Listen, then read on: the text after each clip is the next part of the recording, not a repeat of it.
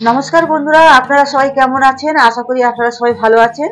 আজ আমার YouTube channel Shivani রান্নাঘরে আপনাদের সাথে শেয়ার করব ফুলকপির রেজালা। আর ফুলকপির রেজালা বানানোর জন্য আমি এখানে একটা বড় ফুলকপি নিয়ে নিয়েছি। তো এই ফুলকপিটা সবার প্রথমে আমি কেটে নেব।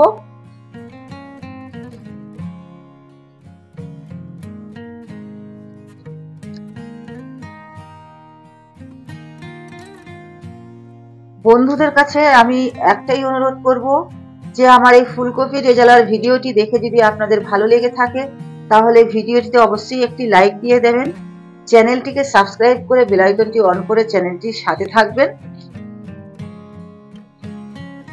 পাপড়িগুলো এইভাবে আমি ছাড়িয়ে নিয়েছি।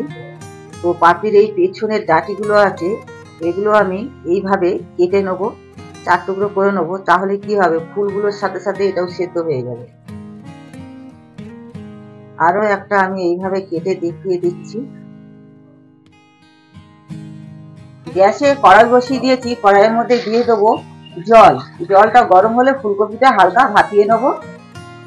জলের মধ্যে দিয়ে দেবো কিছুটা লবণ। জলটা বয়েল হয়ে গেছে, এই ফুটন্ত জলের মধ্যে আমি ফুলকপিটা দিয়ে দেবো। ফুলকপিটা আগে আমি একবার কিন্তু ধুয়ে নিয়েছি। ফুটন্ত জলে দেওয়ার সাথে সাথে এটাকে আমি তুলে নেব।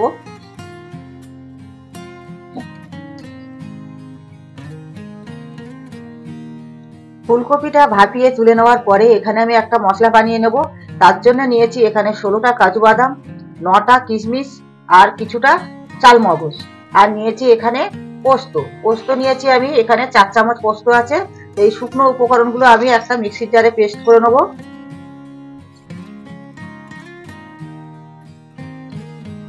মশলাটা আমি পেস্ট করে নিয়েছি। এদিকে আগে থেকে আমি কড়াই বসিয়ে দিয়েছি। কড়াইয়ের মধ্যে এখন দিয়ে দেবো তেল। তেলটা আমি সাদা তেল ব্যবহার করছি, আপনারা চাইলে সর্ষের তেল ব্যবহার করতে পারেন। ফুলকপিটাকে আগে আমি হালকা ভেজে নেব।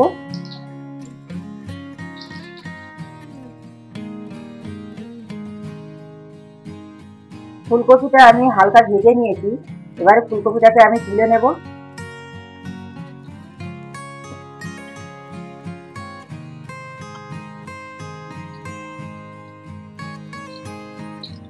ফুলকপি ভেজে নেওয়া কড়াইতে আমি আরো তেল দিয়ে দেবো। আমি ফোড়ন দেবো 2টো শুকনো লঙ্কা, একটা জায়ত্রী, জিরে, 2টো ছোট ছোট দারচিনি, একটা এলাচ, 2টো লবঙ্গ আমি ফোড়নে দেব। পেঁয়াজটাকে আমি একটু ফাটিয়ে নিলাম। এবার আমি এখানে একটা পেঁয়াজ গ্রেট করে রেখেছিলাম সেটা দিয়ে দেবো।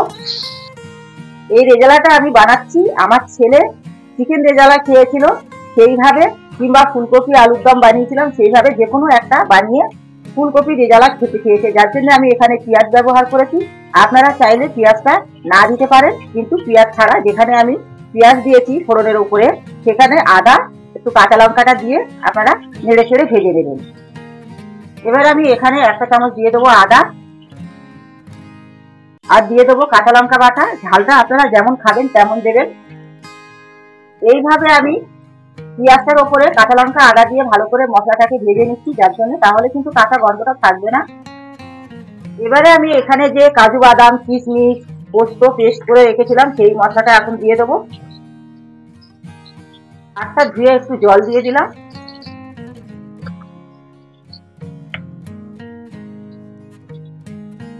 এবার এখানে আমি স্বাদ মতো লবণ দিয়ে দেবো।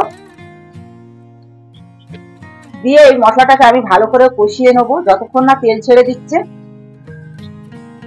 মশলাটা কষাতে কষাতে অনেকটাই তেল ছেড়ে দিয়েছে, দেখতে পাচ্ছেন। তো এবার আমি এখানে দিয়ে দেবো ফেটে রাখা দই। দইটা দিয়ে আরো ভালো করে আমি নেড়ে চেড়ে কষিয়ে নেবো। এখানে কালার হওয়ার জন্য আমি সামান্য একটু লাল লঙ্কার গুঁড়ো দিয়ে দিচ্ছি। আচ্ছা বন্ধুদেরকে বলে দিই, এখানে আমি সামান্য একটুখানি হলুদ গুঁড়ো দিচ্ছি। এটা কিন্তু কালার হবে না, কিছুই হবে না, একটুখানি দিচ্ছি, যার জন্য হলুদ ছাড়া কোনো জিনিস রান্না করতে নেই, একটু হলেও হলুদ দিতে হয়। আমি খুব ভালো করে কষিয়ে নিয়েছি। মশলাটা খুব ভালো করে কষানোর পর এবারে আমি ভেজে রাখা ফুলকপিগুলো দিয়ে দেবো।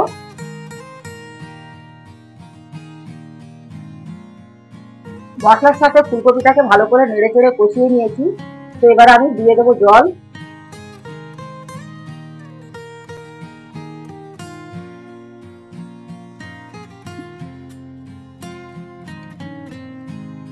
জলটা দেওয়ার পরে ভালো করে আমি ফুলকপিগুলো এইভাবে জলের মধ্যে, যাতে ডাঁটিগুলো নিচের দিকে দিয়ে, এটাকে আমি ভালো করে ঢেকে দেবো।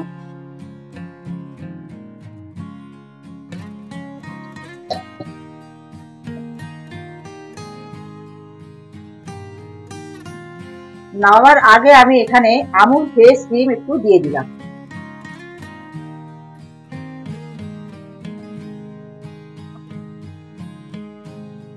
ফুলকপি রেজালা আমার কমপ্লিট হয়ে গেছে। তো এইটা নামাবার আগে বন্ধুদেরকে একটা কথা বলে দিই, আমি কিন্তু এখানে কোনো চিনি ব্যবহার করিনি, মিষ্টি জাতীয় কোনো জিনিস ব্যবহার করিনি, যেহেতু আমার এটা একজন খাবে, তো সে মিষ্টিটা খাবে না, যার জন্য এখানে চিনি দিইনি। আপনারা অতি অবশ্যই একটু মিষ্টি দিয়ে দেবেন। তাহলে বন্ধুরা, ভিডিওটি কেমন হলো আপনারা অবশ্যই কমেন্ট করে জানাবেন।